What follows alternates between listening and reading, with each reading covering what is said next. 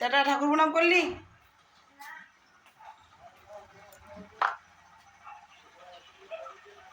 চলে এসছে মিঠির গাড়ি।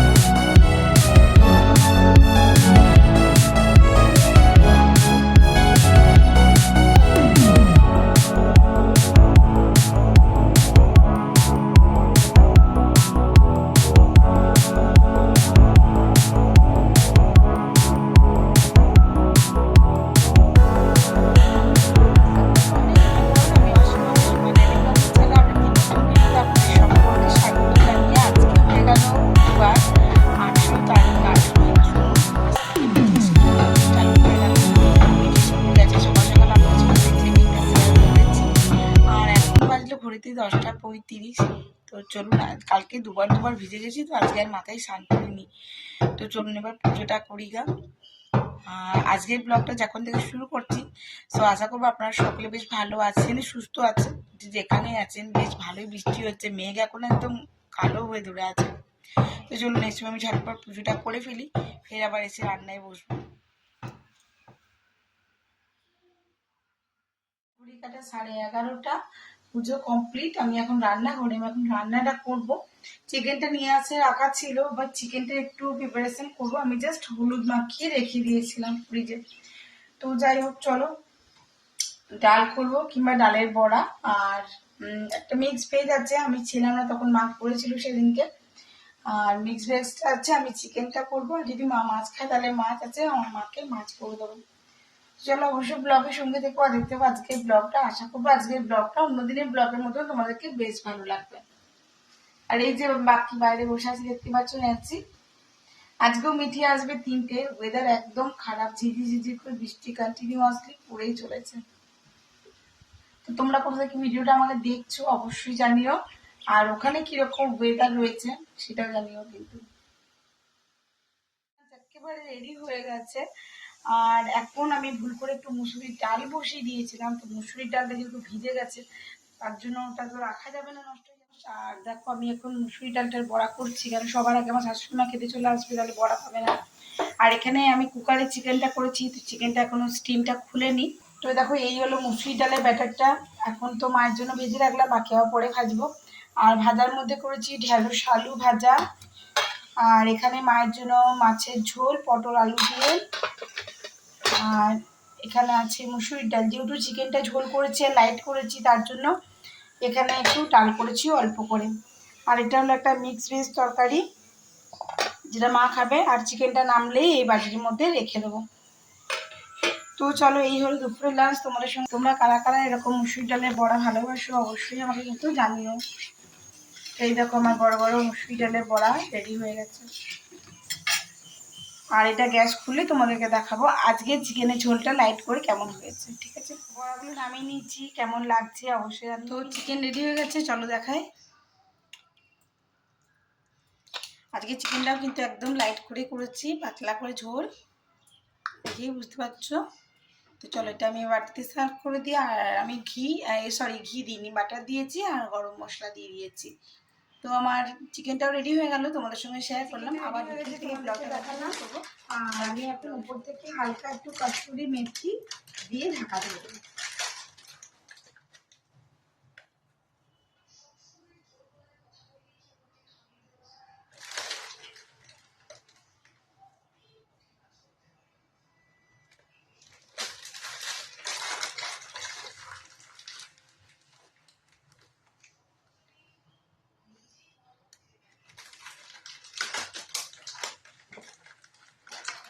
কস্তুরি মেথিটা প্রচন্ড ক্রাঞ্চি ভাব রয়েছে, যদি ঢাকা ভালো করে না দিই তাহলে কিন্তু নেওয়া যাবে।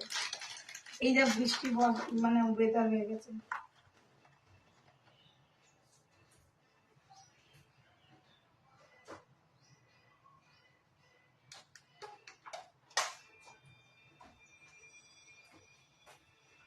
তো একদম রেডি হয়ে গেছে। তো দেখিয়ে দিই তোমাদেরকেও, এই যে কাস্তুরি মেথি দেখো উপর থেকে দিয়ে দিয়েছি, আর ঢাকা দিয়ে দেবো, তাহলে কি হবে গন্ধটা থাকবে। আর মিষ্টি চলে গেলে পড়তে, তো মিষ্টি যাওয়ার পরে আমি করতে দিলাম চা। তো সেই বিকালে ধরো আমরা লাঞ্চ করলাম কখন, 4:30 কাছাকাছি। তো সবাই খেয়ে নিয়েছিল, মিঠির জন্য আমি ওয়েট করছিলাম, মিঠি আর আমি দুজনেই ভাত খেলাম। তো এখন একটু চা করবো, সুদের মধ্যে অনেকক্ষণ জ্বালা হয়ে গেছে, তো চলো চা করি। আমার হৃদয়ে মাধুরী পরিচয়, আমার জীবন মাধুরী পরিচয়, আমার জীবন মরণ ছড়িয়ায় মাধুরী পরিচয়, তুমি জানো না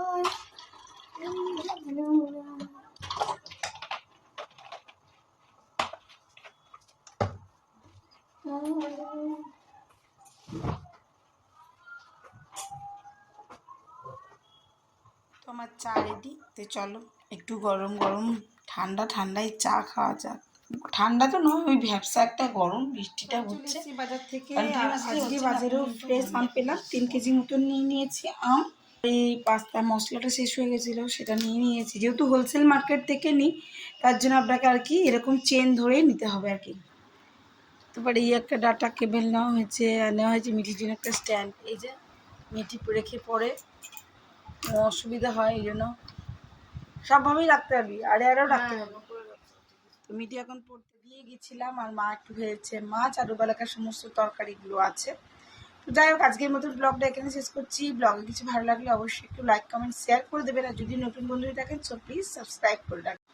আর যদি কোনো নতুন ক্রিয়েটার হয়ে থাকো সো প্লিজ তুমি আমাকে সাপোর্ট করো, তুমি আমাকে কমেন্ট বক্সে লেখো, আমি অবশ্যই তোমাকে সাপোর্ট করবো। আর দেখতেই পাচ্ছ আমি আবার গেছিলাম বাজার, হ্যাঁ ধূপটা নিয়ে এসেছি, আমার ধূপটা শেষ হয়ে গেছিলো ঠাকুর ঘরে, তোমাদের দেখায়।